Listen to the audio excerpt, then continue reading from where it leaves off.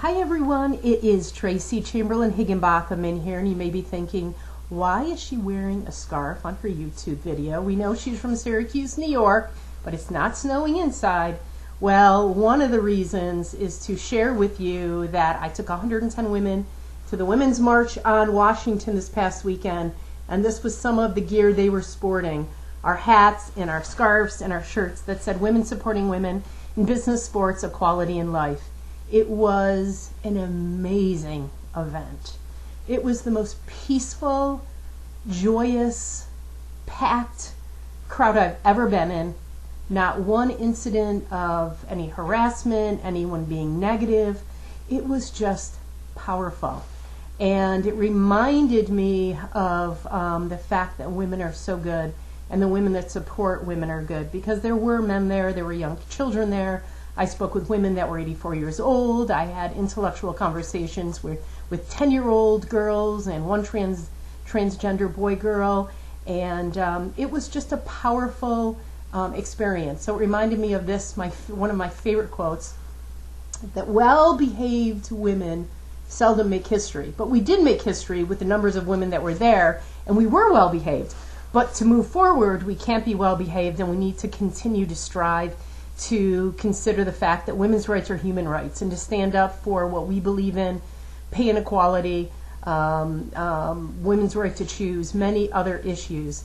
I landed on an ESPNW and had a really wonderful interview with them in front of the Capitol, and was able to share my message about that with them.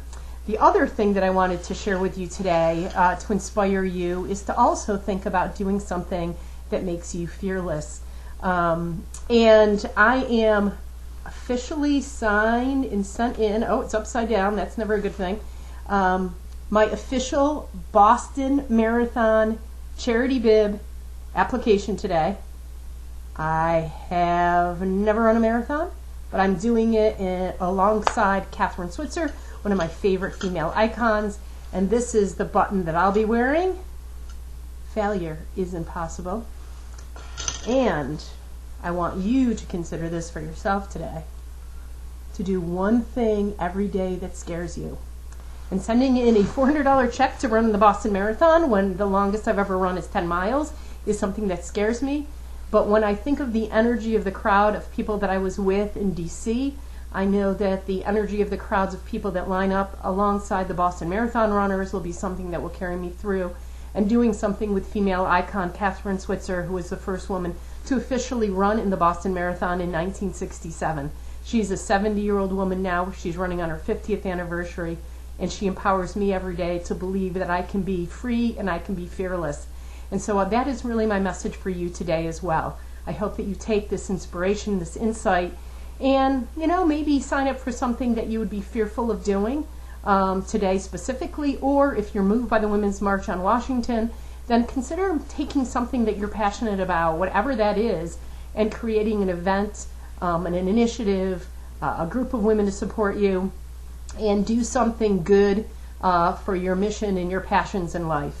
It starts with one woman, and it ends up with millions of women joining you, even maybe possibly continents of seven continents of women joining you as well, which is what the march ended up doing.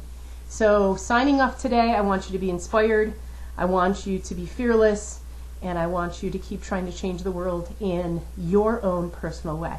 Until next time, have a great and wonderful business day.